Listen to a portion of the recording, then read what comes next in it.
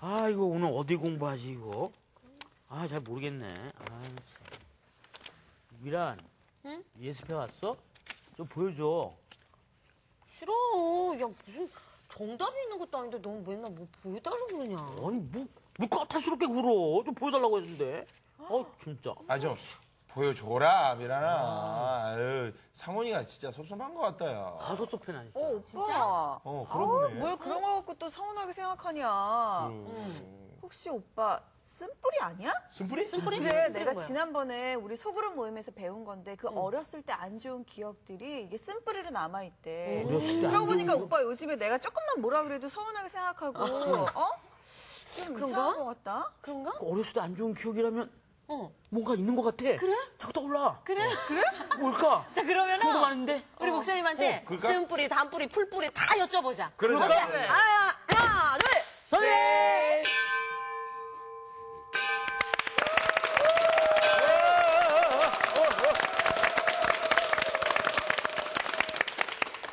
멋지고 복된 날입니다. 네. 네, 오늘 공부를 통해서 우리가 받은 상처, 또 쓴뿌리, 거절감 이런 것들까지 치료할 수 있을는지는 모르겠습니다.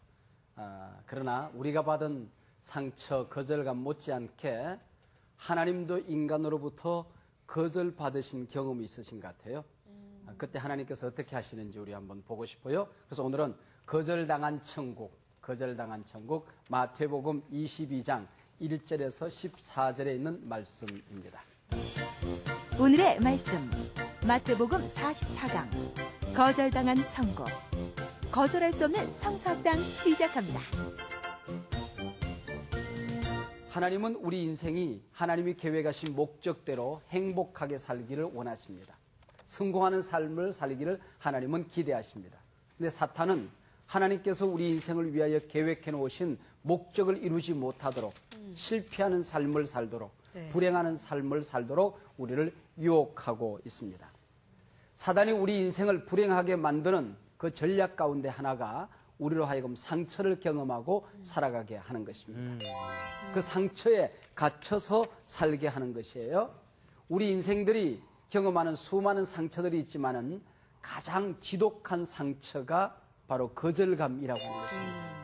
그래서 이 거절감을 상처 가운데는 가장 큰 뿌리, 쓴뿌리 가운데서는 가장 큰 뿌리라고 얘기하고 큰 뿌리. 사령관 상처라고 하는 것입니다. 이 거절감을 치료하고 나면은 수많은 상처들을 우리가 이겨낼 수가 있는 거예요. 우리 인생들은 태어나면서부터 아니 뱃속에서부터도 거절감을 받을 수가 있어요. 태어나면서도 거절감을 받을 수가 있어요. 부모로부터 또 자라면서 선생님들로부터 또 우리 친구 주변의 사람들로부터 우리는 거절감을 경험할 수가 있습니다. 이 거절감이 치료되지 않으면 많은 사람들이 열등감에 사로잡혀서 살아가게 돼요. 사람 관계가 행복하지가 않아요. 원만하지가 않아요. 건강하지가 않아요. 어떤 사역을 하더라도 그 사역이 성공적인 삶이 되기가 굉장히 어려워요. 그리고 내가 거절을 경험하게 되면 나도 모르는 사이에 다른 사람을 거절하게 돼요. 내 부모로부터 받은 거절감을 치료받지 못하면 나도 모르게 내 자녀들을 거절하게 된다 하는 것이죠. 목사님, 그럼 네. 그 버려진 아이들 그것도. 그럼 무서운 거절감이에요. 그래서 그런 사람들 가운데 이것이 치료되지 않은 사람들 가운데 많은 사회적인 문제를 낳는 사람들이 나오게 되는 이유가 바로 거기에 있는 것이죠. 그래서 행복해야 될 가정생활이, 교회생활이, 공동체, 직장생활이 행복하지가 않은 것입니다. 늘 불만스럽고 불행하고 또 불평이 많은 삶을 살게 된다는 것이죠.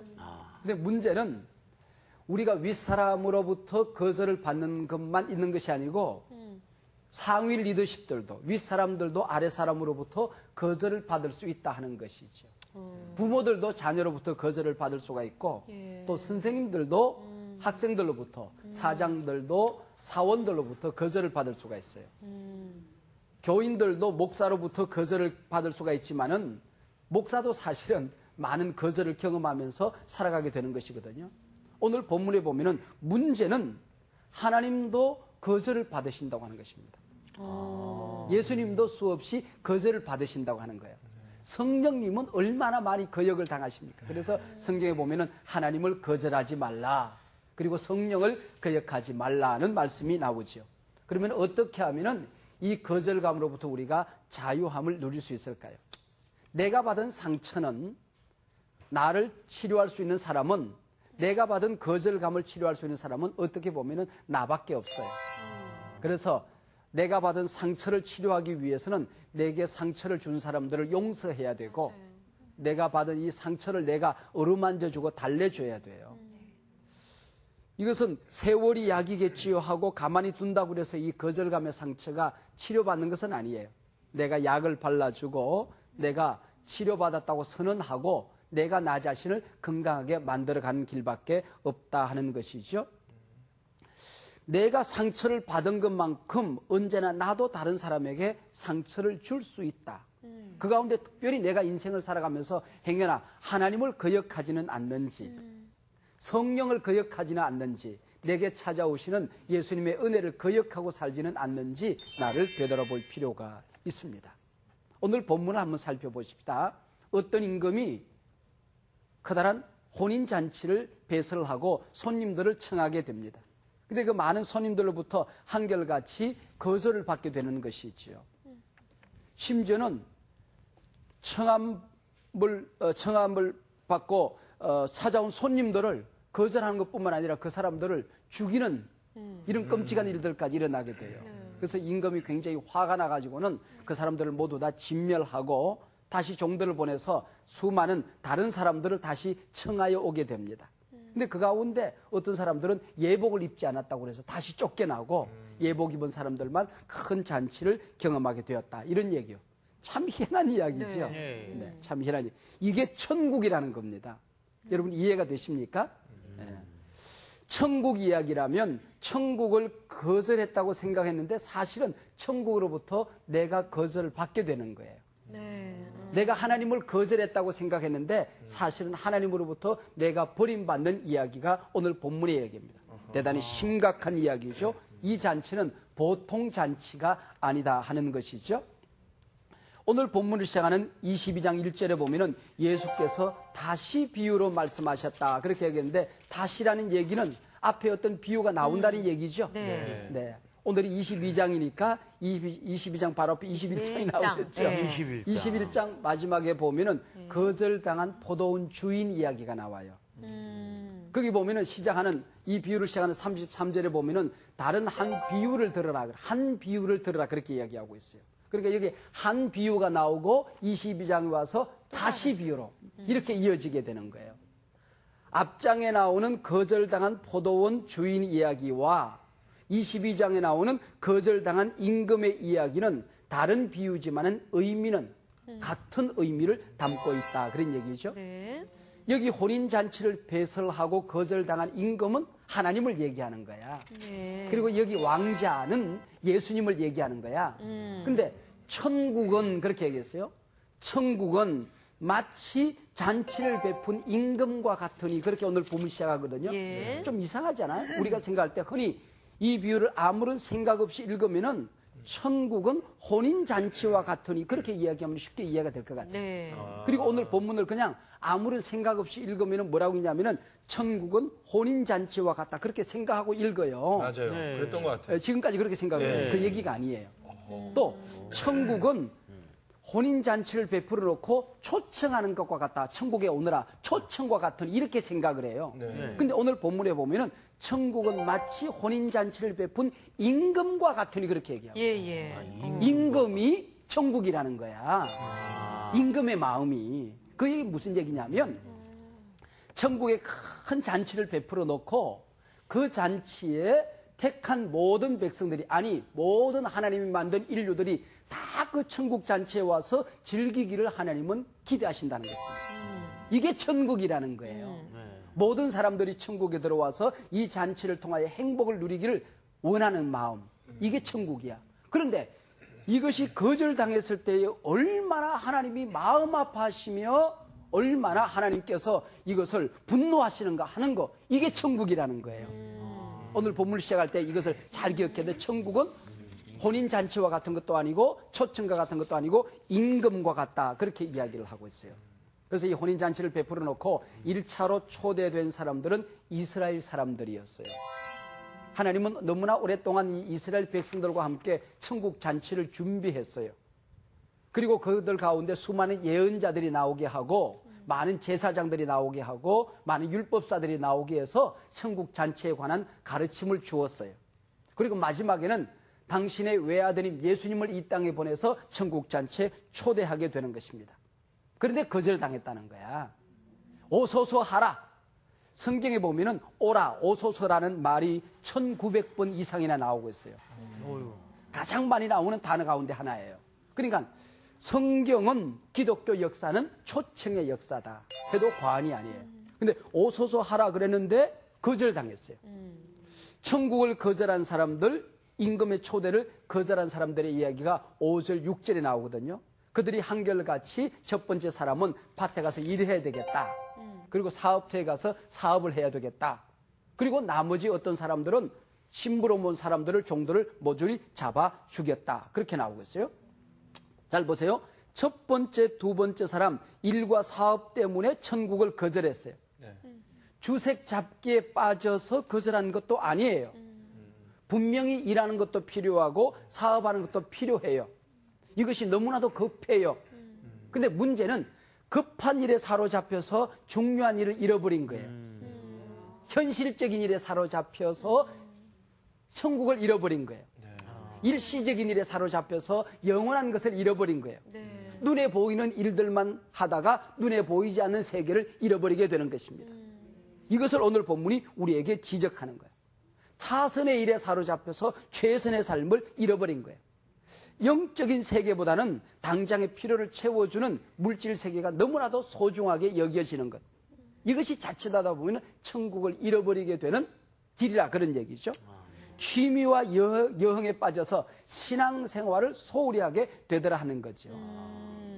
어떤 목사님이 골프를 배웠대요.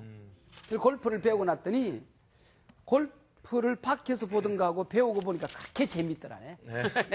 주일날 강단에 서고 나면 교인들의 눈알이 전부 다 골프공으로 보이고 아이고, 이런. 머리카락이 전부 다 필드로 보이더래요. 필드로. 그리고 성경을 읽어도 성경이 전부 다 그 골프경으로 보이더래요. 그렇죠. 여호와 나의 목자신. 골프는 나의 목자시니 내게 부족함이 없으리로다. 골프가 나를 푸른 초장으로 인도하고 실만한 물가로 인도하고 골프공이 사망의 음침한 골짜기로 빠질지라도 내가 두려워하지 않는 것은 내게 다양한 채가 있습니다. 그리고 끝나고 나면은 트로피 상도 나오고 저녁 밥상도 나오고.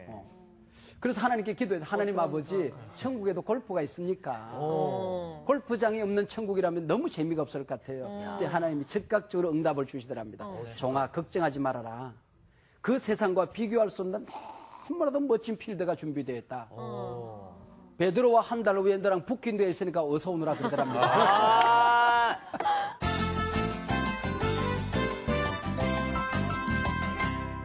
우리가 이 세상 여흥에 빠지고 나면 자칫하다 보면 중요한 것을 우리가 잃어버릴 수 있다 그런 얘기죠. 네. 스티븐 콥이라는 사람이 쓴 책 가운데 너무 유명한 책이 있죠. 성공하는 사람들의 7가지 습관이라는 거죠. 거기 보면 환경에 질질 끌려가는 사람들은 실패하더라. 환경을 오히려 주도적으로 살아가는 사람들이 성공하는 사람들이더라. 허둥대며 이것저것 일하면서 살아가는 사람들이 성공하는 것이 아니라 비전, 삶의 목적에 집중하여 살아가는 사람들이 성공하는 삶이더라. 급한 일을 먼저 하는 것이 아니라 중요한 일을 먼저 하더라. 그렇게 이름하고 있어요. 이 성공하는 사람들의 7가지 습관 가운데 가장 중요한 습관이 3가지가 바로 그 가운데 가장 중요한 것이 중요한 일을 먼저 하는 것이다. 그런 얘기죠. 오늘 본문 6절에 보면 냉혹하게 임금의 초청을 거절한 사람들의 태도를 뛰어넘어서 제3의 사람들은 심부름 온 종들을 모욕하고 죽여버렸어요. 보통 잔치 같으면 자기가 안 가면 그만이잖아. 그렇죠. 그런데 이 사람들을 죽일 것까지 뭐 있어요? 맞아요. 이해가 안 되잖아요. 이해가 안 되기 때문에 여기에 중요한 의미가 있다는 거예요. 우리가 성경을 읽어 내려가다가 이거 앞뒤가 뭔가 잘 안 맞아. 우리 상황 속에 이해가 잘 안 돼. 그러면 이상해가 아니라 여기 굉장히 깊은 의미가 있구나. 그렇게 생각하면 틀림이 없다 그런 얘기죠. 핍박받고 있는 마태교회의 상황을 여기서 잘 드러내고 있는 겁니다. 똑같은 비유를 기록하면서도 누가는 거절을 하되 대단히 공손하게 정중하게 거절하고 있는 것을 볼 수 있어요. 누가복음 14장 18절에 보면은 나는 밭을 샀음에 아무래도 나가 보아야 하겠으니 청컨대 나를 양해하도록 하라.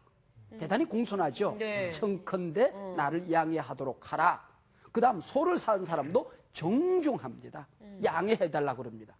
그러나 지금 마태는 유대인들과 유대 지도자들이 얼마나 음흉하게 얼마나 잔인하게 마태의 교회를 핍박하고 있는가 하는 것을 여기서 보여주고 있는 것입니다. 그걸 부각시키는 거예요. 또한 이들을 향한 하나님의 분노가 얼마나 정당한가 하는 것을 오늘 본문을 통하여 설명하고 있는 것이죠.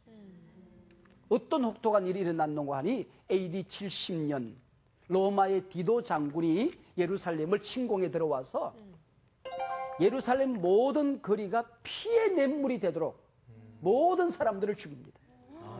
그리고 한가하던 군인들 가운데 마사다 성에서 단 한 명도 남기지 아니하고 그 성에 피가 흐르도록 모든 사람을 마지막 한 명까지 죽입니다. 그리고 성을 다 무너뜨리고 성전이 무너지는데 돌 위에 돌 하나가 남아있지 않도록 몽땅 벽돌까지 실어서 밖으로 갖다 가져갑니다. 그만큼 잔인하고 혹독하게 예루살렘을 침공하는 사건이 일어나게 되는 것입니다. 이것이 예수님을 거절한 이 초청에 거절한 하나님 나라 혼인잔치를 거절한 대가가 얼마나 혹독한 것인가를 지금 보여주고 있는 것이죠. 당시 중동에서 임금의 초대를 거절한다는 것은 이건 예의가 없는 일이잖아요. 당연히 응해야 되잖아요. 아니 중동이 아니라고 할지라도 임금이 초대인데 그걸 거절한다. 있을 수 없는 일이잖아요. 그렇죠. 만약 임금의 초청을 거절했다고 하면 이런 임금에 대해서 대단한 적대감을 가지고 있는 거야. 그 왕자는 존중받을 축하받을 자격도 가치도 없다고 생각한 것입니다. 다시는 임금에게 충성할 마음도 없다고 하는 놀라운 선언이죠. 얼음집을 짓고 사는 에스키모인들에게 복음을 전했던 선교사님이 계셨어요. 거기 선교사로 갔는데 잘 사는 문명국에서 온 줄 알고 추장이 저녁 만찬에 초대를 해주었어요. 만찬을 이제 추장하고 함께 잘 즐기고 밤이 되면은 거기서 추우니까 움직일 수가 없어요. 그 집에 잠을 자야 돼요. 근데 잠이 들었는데 잠을 자려고 하는데 추장의 부인들 가운데 이쁜 부인이 침실로 들어오더랍니다. 근데 이 에스키모 사람들은 자기 집에 온 손님들이 자기 집에 잘 때에 자기 아내를 그 손님에게 접대하는 것이 하나의 굉장히 좋은 풍습이라는 거예요. 그런 풍습이 있대요. 근데 선교사님이 그럴 수가 없잖아. 그렇지. 그래서 거절했어요. 네. 그랬더니 그 다음날 종들이 칼을 들고 선교사를 죽이러 들어온 겁니다. 그 왜냐하면 이 부인을 거절한 것은 이 나라에서는 추장의 환대를 거절한 것이고 너희들처럼 더러운 부족하고는 나는 가까이 갈 수 없어 이렇게 받아들이는 거예요. 오해가 크시네. 그러니까 아니 존재 자체가 거절당한 거로 그냥 느끼는 거예요. 전도하지. 근데 그게 전도하러 갔다 그렇게 된 거야. 형님씨다운. 전도하러 갔다 그렇게 된 거야. 4주 후에 그러니까 봤는데. 부족 자체가 거절당했다고 느끼는 것입니다. 이거 보세요. 잘못된 풍속을 거절했다가도 곤혹을 치루었잖아요. 더더구나 하나님을 거절한 대가가 어떨 것이냐 하는 것이 오늘 본문의 이야기예요. 너희들을 위해서 메시아를 보내서 그를 죽여서 만든 잔치를 거절할 때에 너희들이 어떻게 되겠느냐 하는 것이 오늘 본문의 이야기예요. 오소서 하라. 내가 살찐 소를 잡고 살찐 짐승들을 잡고 그럴듯하게 잔치를 준비했습니다라고 얘기를 해요. 하나님은 독생자 예수 그리스도를 십자가에 못 박고 천국 구원 잔치를 준비했어요. 이것을 거절한 것은 왕의 마음을 아프게 했다든지 아니면은 예의가 없다는 차원이 아니라는 것입니다. 하나님의 은혜를 거절한 것이요, 하나님의 은혜를 거부한 것이요, 예수를 배신하고 성령을 거역한 것이다. 기억해야 될 것은 먼저 초청받은 자들이 초청을 거절했다고 해서 하나님 나라 잔치가 취소된 것도 아니고 포기된 것도 아니고 중단된 것도 아닙니다. 그 누가 이 잔치를 거절할 수 있으며 중단시킬 수 있냐 그런 얘기죠. 하나님 나라의 천국 잔치는 영원히 계속된다. 영접하는 자는 그 복을 받게 될 것이고 거절하는 자는 천국으로부터 하나님으로부터 거절을 당하게 될 것이다. 이것을 성경이 오늘 우리에게 이야기하고 있는 거예요. 이 천국이 거절당했을 때 임금의 초청잔치가 거절당했을 때에 임금의 강력한 의지가 9절 10절에 나와요. 내거리 길에 가서 사람들을 만나는 대로 혼인잔치에 청하여 오라 한데 종들이 길에 나가 악한 자나 선한 자나 만나는 대로 모두 데려오니 혼인잔치에 손님이 가득한지라 그랬습니다. 똑같은 사건을 기록하고 있는 누가복음 14장 21절에 보면은 빨리 시내의 거리와 골목으로 나가서 가난한 자들과 몸 불편한 자들과 맹인들과 저는 자들을 데려오라. 그리고 이어지는 23절에 보면은 강권하여다가 내 집을 채우라 그렇게 이름하고 있어요. 마태는 악한 자나 선한 자나 다 데려오느라. 특별히 누가복음에는 가난한 자 데려오느라, 몸 불편한 사람 데려오느라. 그리고 강권하여다가 내 집을 채우라. 네. 여기 강권하여다 이 말은 슬랭 영어 가운데에 참 재밌는 표현인데 팔을 비틀어서라도 그렇게 이름하고 있어요.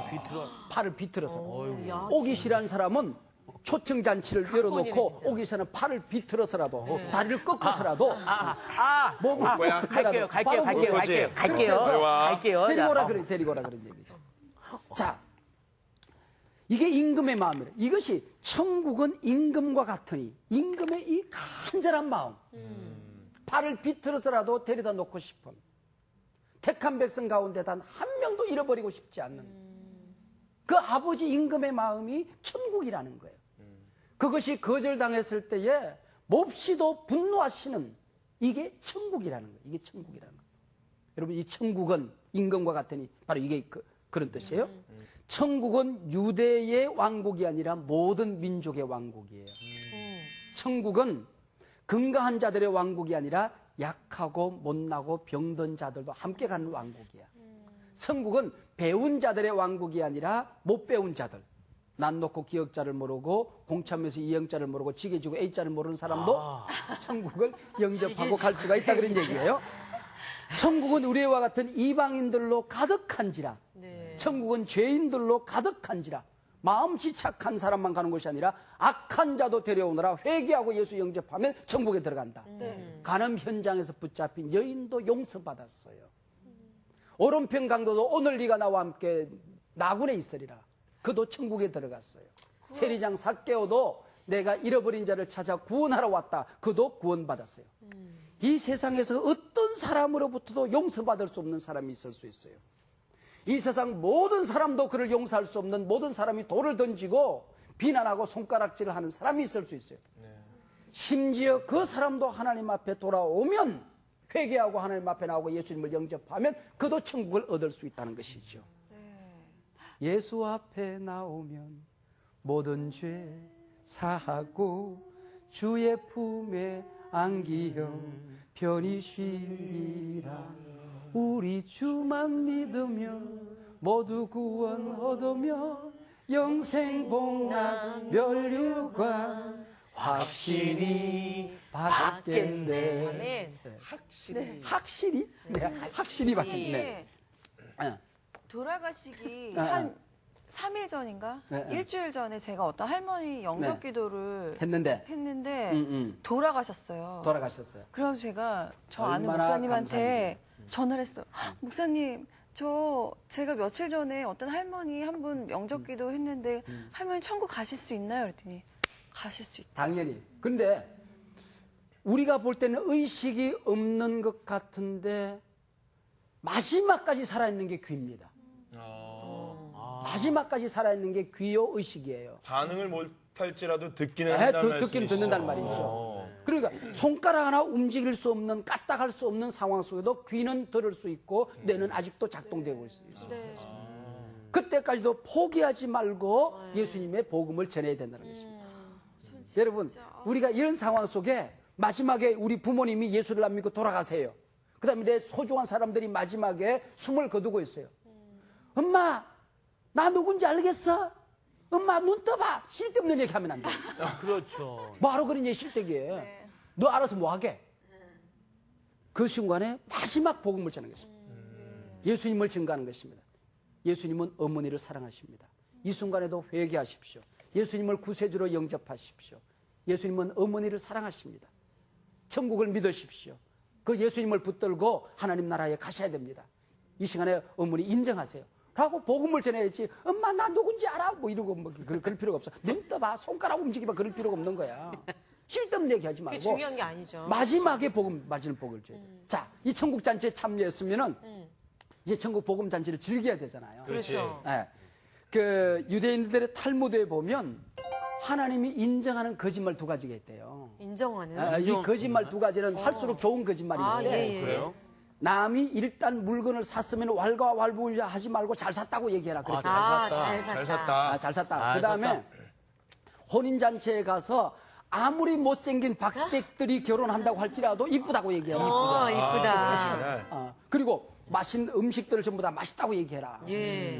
이게 무슨 얘기예요? 유대인의 탈무드가 얘기하는 것은 혼인잔치를 즐겨주라는 즐겨주라는. 근데 그보다 가장 중요한 것이 예복이에요. 예복. 예복을 입어. 예복을 입지 않은 사람에게 왕은 말합니다. 12절. 여기 못 들어온대요.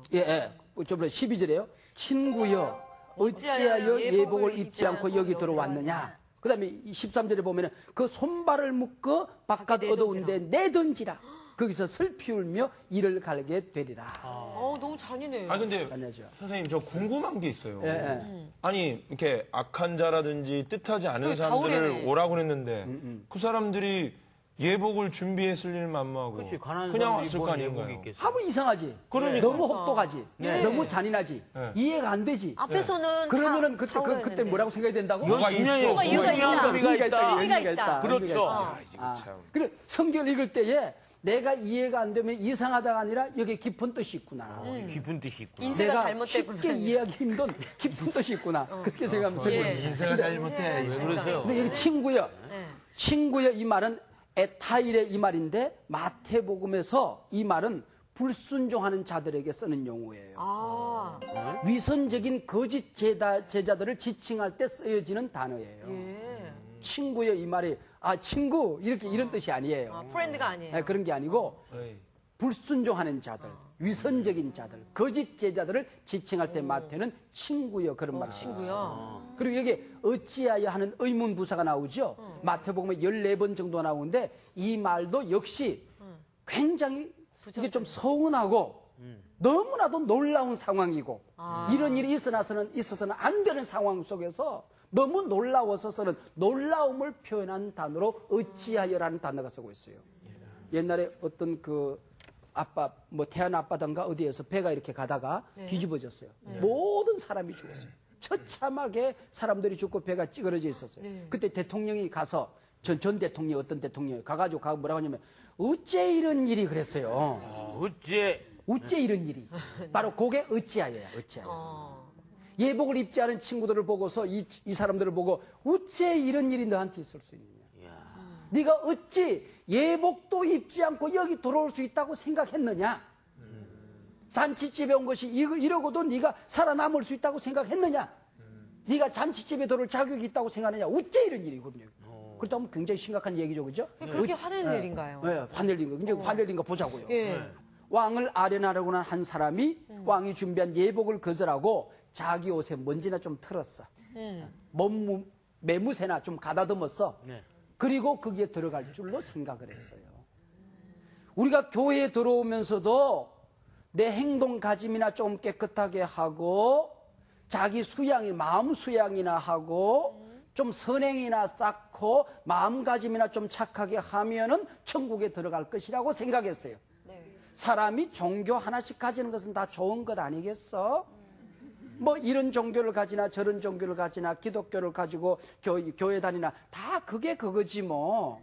살아가는 인생의 목적은 다 같은 거야. 착하게 살자는 뜻이지 뭐. 얄미워. 목사님. 그게 예복 입지 않고 온 거라고요. 예복 입지 않고 온 거예요. 그래서 자기 옷에 먼지나 털고 매무새나 단정히 하면 천국에 들어갈 것이라 생각하고 아주 다 종교는 같은 거 아니겠어? 그리고 천국 문 앞에 알짱거릴 때에 저자를 바깥 어두운 데 던지라 그런 얘기예요. 복음의 본질을 오해했던 사람들이죠. 이제 이해가 되어지기 시작하죠? 영적인 의미가 있는 거고. 예복이 무엇인가? 지금 왕의 잔치에 들어간 이 사람들을 이스라엘을 대신하여 들어온 사람들이에요. 그렇다고 한다면은 이스라엘 사람들, 유대인들이 실패한 그 무엇이 있을 거야, 그지? 그것이 예복일 거야. 예수님이 하나님의 아들이요, 예수님이 그들이 그렇게 오랫동안 기다리던 메시아라는 사실을 인정하는 것, 그걸 받아들이는 것. 여기에서 유대인들은 실패했잖아요. 이것이 예복이라고 하는 예복이라고 하는 것이죠. 그래서 바울 신학에서는 이 예복을 칭의라고 해요. 칭의. 믿음으로 의롭다함을 얻는 것이죠. 그래서 많은 성경 주긴가들은 여기 예복이 뭐냐? 칭의다. 믿음으로만 의롭다는 것을 우리가 믿어야 된다. 내 행위나 선행이나 지식이나 공로나 철학으로 내가 하나님 나라 들어갈 수 없다는 것을 인정하고 믿고 믿음으로만 구원받는 것. 이것이 예복이다 그렇게 이름하고 있어요.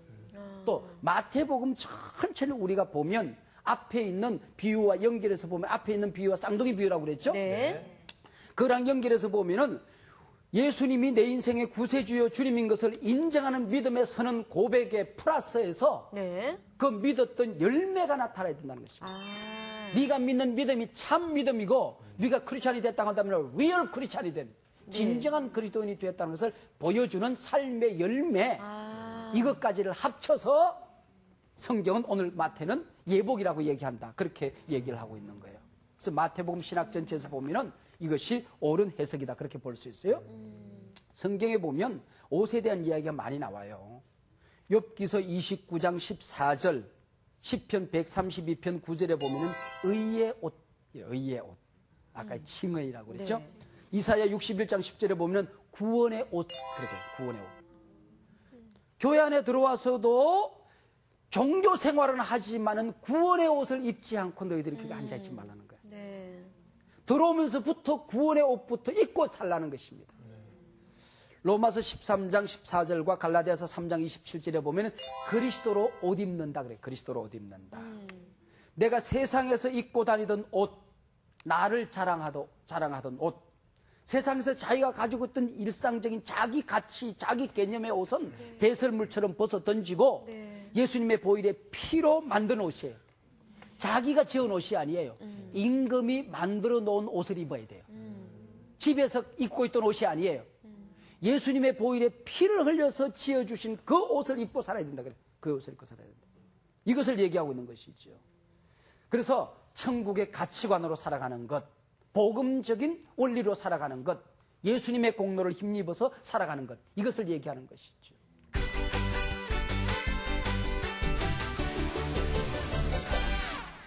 독일과 프랑스가 전쟁을 하고 있을 때에 나치 때 일입니다. 나치의 군대가 총에 맞아서 영국군 진영으로 숨어 들어왔어요. 네. 급하게 지금 수술하지 않으면, 수혈을 하지 않으면 이 병사는 살 수가 없었어요. 돌려보낼 수도 없었어요. 그래서 병실에서 수혈을 시작하고 수술을 하려고 하는데 잠깐, 이 피는 영국 군인의, 영국인들의 피겠지요. 당연합니다.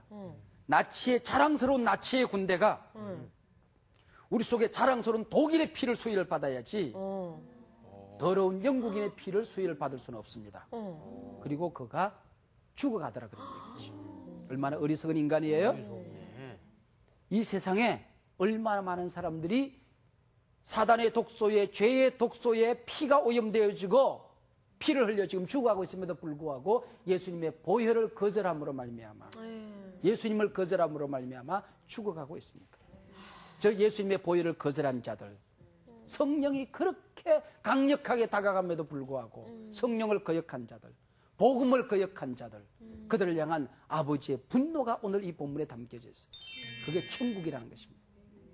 예수님을 영접하고 나오는 자는 어떤 악한 자도, 어떤 연약한 자도, 어떤 병든 자도, 어떤 자격이 없는 자도 다 용서해 주시는 천국. 네. 그러나 그것을 거절하고 따라올 때는 이 세상에 대통령도 임금도 학사도 박사도 부자도 갑부도 그 누구도 이 세상에 성형군자도 거절될 수밖에 없는 곳, 그것이 천국이라는 것입니다. 네. 그 누구도 봐주지 않는 냉혹함이 있는 곳이죠. 천국. 이게 임금의 마음이라는 것입니다. 이게 복음이라는 것입니다. 이것이 인정되어지고 받아들여지면 천국 백성인 거고, 뭐 그런 게 다 있어? 그러면은 하나님께서 뭐 저런 게 다 있어? 그렇죠.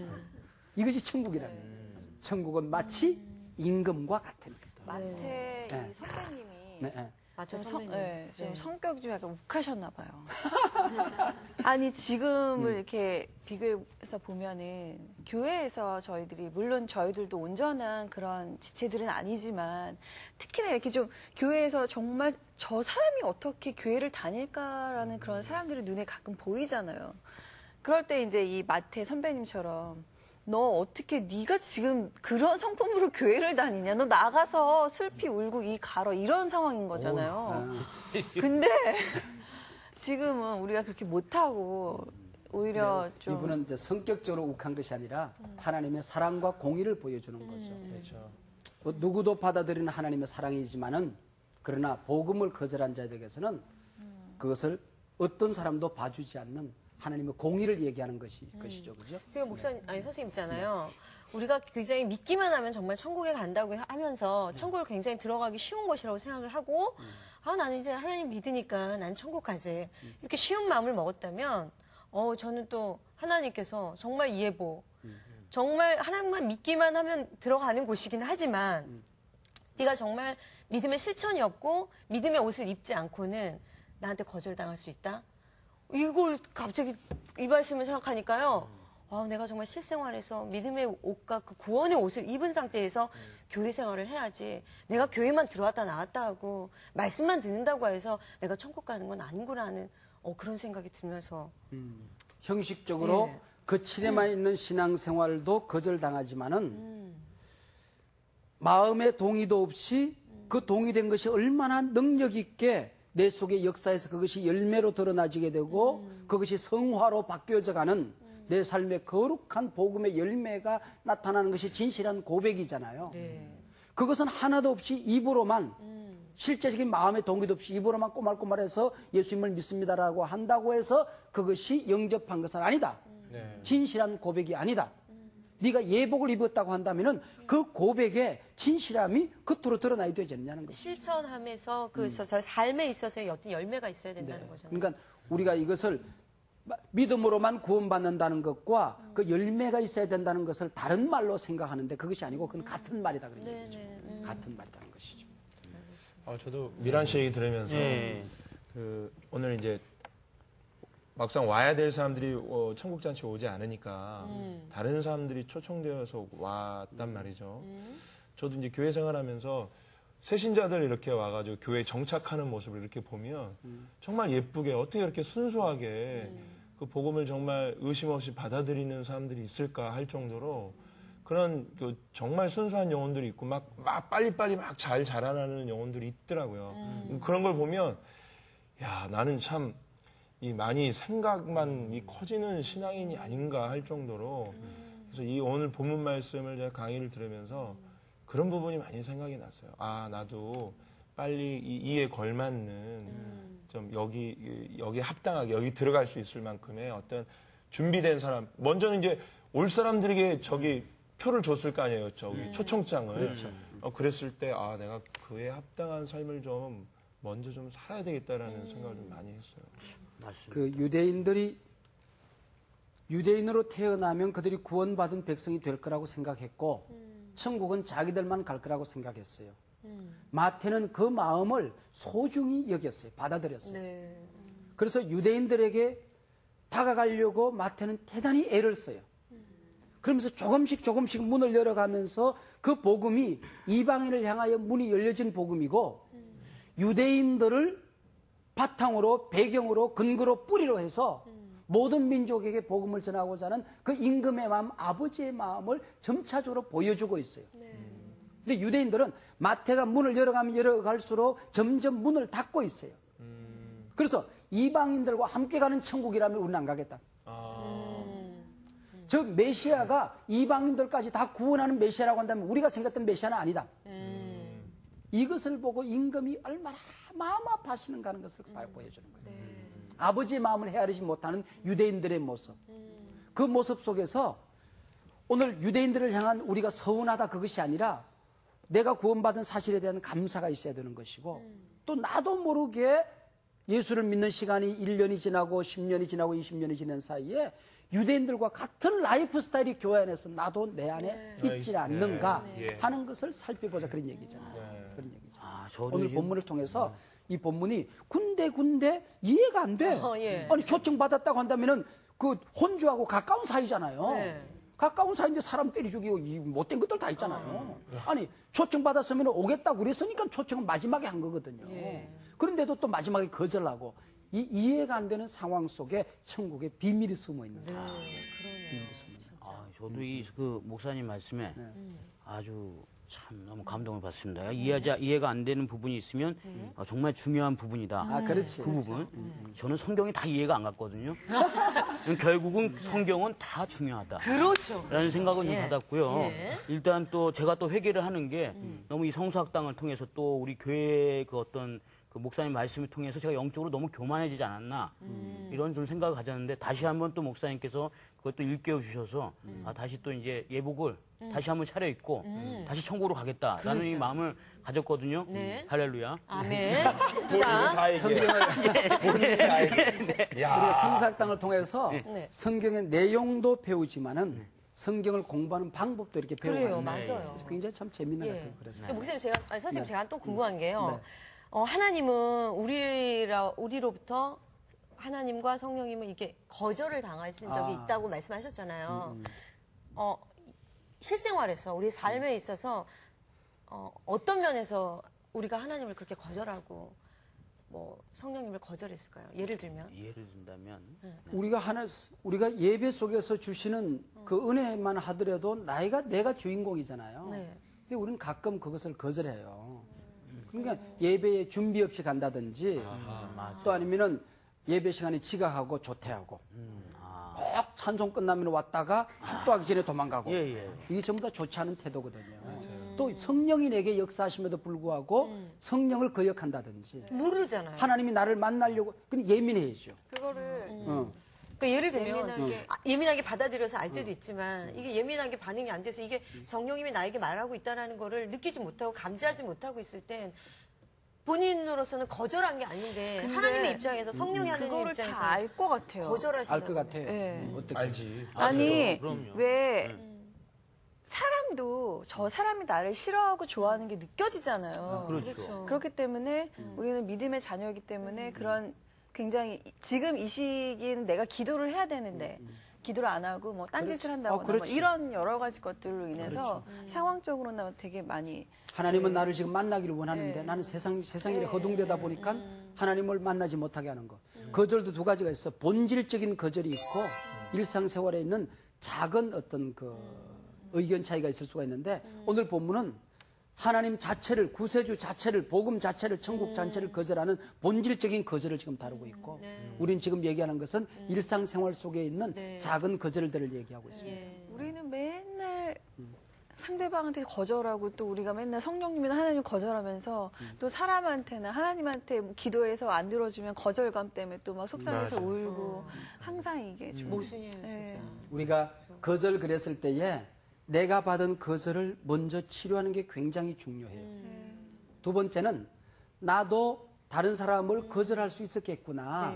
오늘 본문에 특별히 나는 하나님을 거절하지 말고 살아야지 하는 것이 굉장히 중요해요. 마지막에 한 가지는 내 주변에 거절감의 상처에 시달린 사람들을 이제는 치료할 수 있는 치료자가 되어야 돼요. 아멘. The wounded healer. 네. 상처 입은 치유자의 삶을 살아가는 거예요. 이게 그리스도의 삶을 살아가는 거예요. 하나님 행위나 나로 인하여 거절을 받으신 적이 있으시면 이제는 하나님 날 용서해 주세요. 하나님 자 거절하지 않을 거예요. 당신을 어떤 일이 있더라도 나는 환영하며 살 거예요. 이런 마음을 가진다고 한다면 오늘 공부 잘한 사람들 사훈아, 잘했어요. 이제 거절 안 할게. 거절이라는 단어를 없애버리자. 없어버리자. 동그라미 5개. 네, 좋은 시간이었습니다.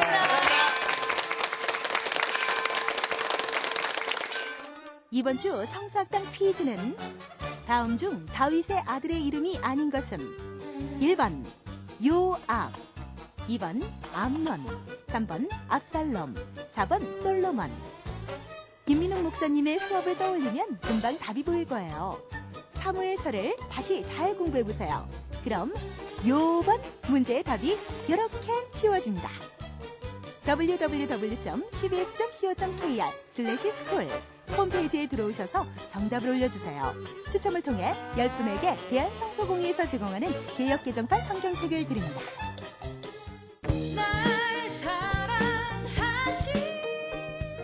천국 가면요. 저만의 콘서트를 열고 싶어요. 영원히 하나님 옆에서 성가대가 되겠습니다. 아들 한 서너 명을 이렇게 한번 낳으려고. 지금 딸만 둘이거든요. 하나님이랑 대화를 참 많이 해보고 싶어요.